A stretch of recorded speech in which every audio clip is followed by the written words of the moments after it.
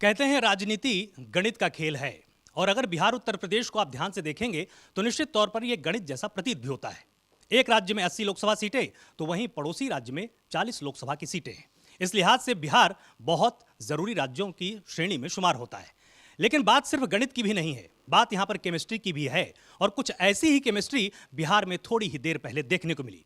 21 नए मंत्री शपथ ले चुके हैं और इसके बाद से आखिर वहां के राजनेताओं का, वहां के कार्यकर्ताओं का क्या कुछ कहना है, इस पर और अधिक बातचीत के लिए हमारे साथ अतुल कुमार जी हैं। यहां पर भाजपा युवा मोर्चा के पूर्व राष्ट्रीय उपाध्यक्ष रह चुके हैं, इसके साथ ही महाराष्ट्र राज्य के प्रभारी भी रह चुके हैं और 2020 में जब विधानसभा चुनाव हुआ उस वक्त वो बिहार के सबसे युवा विधायक चेहरे के रूप में थे।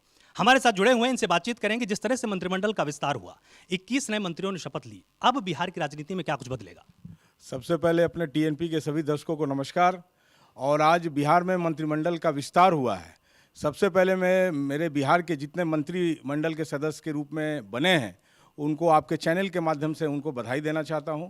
और आप पूछ रहे हैं कि क्या हुआ है, तो जो नया मंत्रिमंडल विस्तार हुआ है, एक तरीके से आप देखेंगे कि एनडीए में जिन मंत्रियों को मौका मिला है उसमें सभी समाज के लोग हैं, सभी क्षेत्र का ख्याल रखा गया है। और जो मंत्री नए और पुराने मिलाकर विस्तार किया गया है, ये मंत्री आने वाले दिनों में जो हम लोगों का बिहार में सपना है कि इस बार 40 का 40 सीट हम लोग भारतीय जनता पार्टी लोकसभा में लेंगे, तो ये मंत्रिमंडल के सदस्य उसको जमीन पर उतारने में ये सभी हमारे मंत्रिमंडल के सदस्य सही साबित होंगे और मजबूत स्थिति में साबित होंगे। क्योंकि इस मंत्रिमंडल में आप देखेंगे तो अपने सामान्य जाति से भी लोग हैं, ओबीसी समाज के भी हैं, पिछड़ा अति पिछड़ा समाज के भी लोग हैं, अपने मुसलमान समाज, मतलब सभी समाज के लोगों को जोड़ करके एक अच्छा मंत्रिमंडल का विस्तार किया गया है। और जो भी क्षेत्र पूरे बिहार की एक चिंता की गई है कि कोई भी क्षेत्र हमारा छूता ना रह जाए, और ये मंत्री जो इसमें बहुत सारे पुराने जिनके मंत्रियों का परफॉर्मेंस काफ़ी अच्छा है उसका लाभ बिहार की जनता को मिलेगा, और जो नए भी मंत्री बने हैं उनके ऊर्जा का लाभ हमारे बिहार को मिलने जा रहा है, बिहार की जनता को। बिल्कुल, जिस तरह से अगर हम इस बार के लोकसभा चुनाव को देखें, मंत्रिमंडल विस्तार के साथ ही बहुत सारी चीज़ें धीरे धीरे स्पष्ट भी हुई हैं। इस बार जो लोकसभा चुनाव होगा वो जातीय जनगणना के बाद का चुनाव है।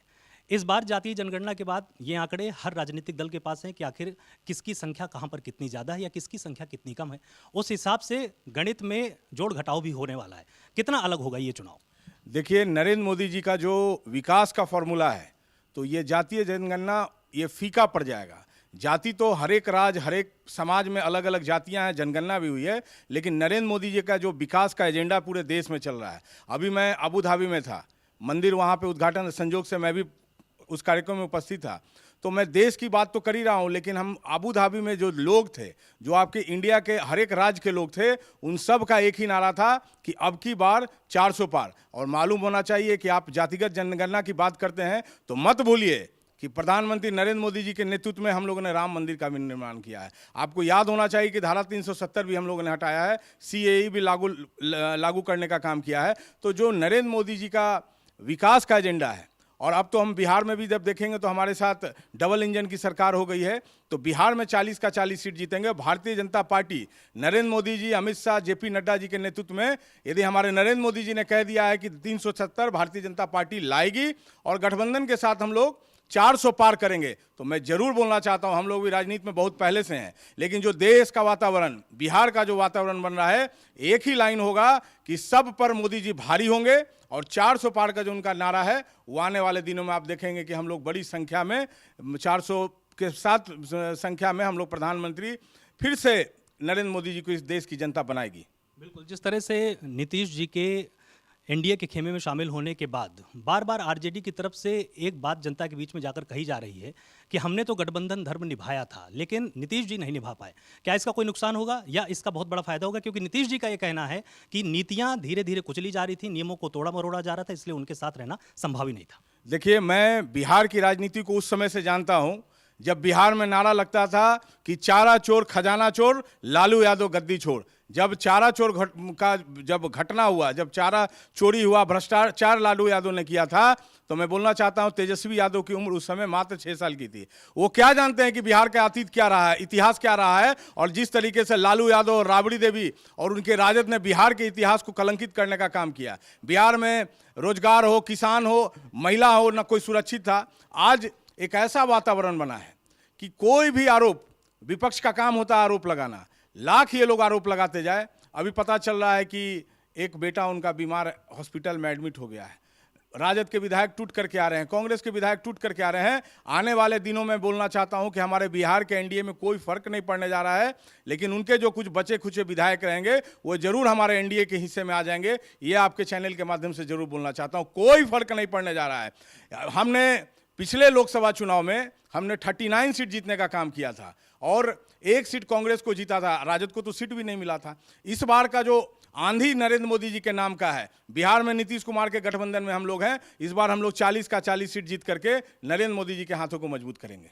एक आखिरी सवाल कि जिस तरह से पशुपति पारस गुट की नाराजगी धीरे धीरे बाहर आ रही है, इस बात में कितनी सच्चाई है और अगर ये नाराजगी धीरे धीरे आगे बढ़ती है तो क्या इससे कोई नुकसान होगा? देखिए, ये एक चीज समझने का है, ये नाराजगी जो जाहिर हो रही है पशुपति पारस जी की, ये नाराजगी चाचा और भतीजे की नाराजगी है। ये कोई नाराजगी आप राजनीतिक तौर पे इसको नहीं देख सकते हैं। मैं जरूर कहना चाहता हूं कि यदि हमारे नरेंद्र मोदी जी ने पशुपति कुमार पारस जी को मंत्री बनाने का काम किया, हमारे एनडीए के गठबंधन के पार्ट थे, हमारे चिराग पासवान भी थे, लेकिन जब निर्णय एनडीए का हो गया, जब हमारे बिहार में निर्णय हो गया या देश ने निर्णय कर लिया, तो यदि इस गठबंधन के खिलाफ जो बिहार में चुनौती देने का काम करेगा नरेंद्र मोदी को और हमारे एनडीए को, वो हवा में उड़ा देगी बिहार की जनता। और मैं इस चैनल के माध्यम से जरूर कहूंगा कि उनको भगवान सद्बुद्धि दे कि आप समझ करके यदि नरेंद्र मोदी जी के हाथों को मजबूत करते हैं तो आपकी अच्छी स्थिति होगी, नहीं तो विरोध में जाएंगे तो अच्छे अच्छे सूरमा इस बार बिहार से बाहर का रास्ता देखने का काम करेंगे। ये आपको मैं आपके चैनल पे बताना चाहता हूँ। बहुत बहुत शुक्रिया हमसे बात करने के लिए। तो यहाँ पर अतुल जी ने बिल्कुल साफ कर दिया है कि गणित भी बीजेपी की दुरुस्त है, इसके साथ ही केमिस्ट्री भी अपने तमाम नेताओं के साथ या जो उनके घटक दल हैं उनके साथ बहुत ही बेहतर है। निश्चित तौर पर इस बार का लोकसभा चुनाव अपने आप में रोमांचक होने वाला है। कैमरा पर्सन अंगद के साथ आलोक शुक्ला, टीएनपी न्यूज़।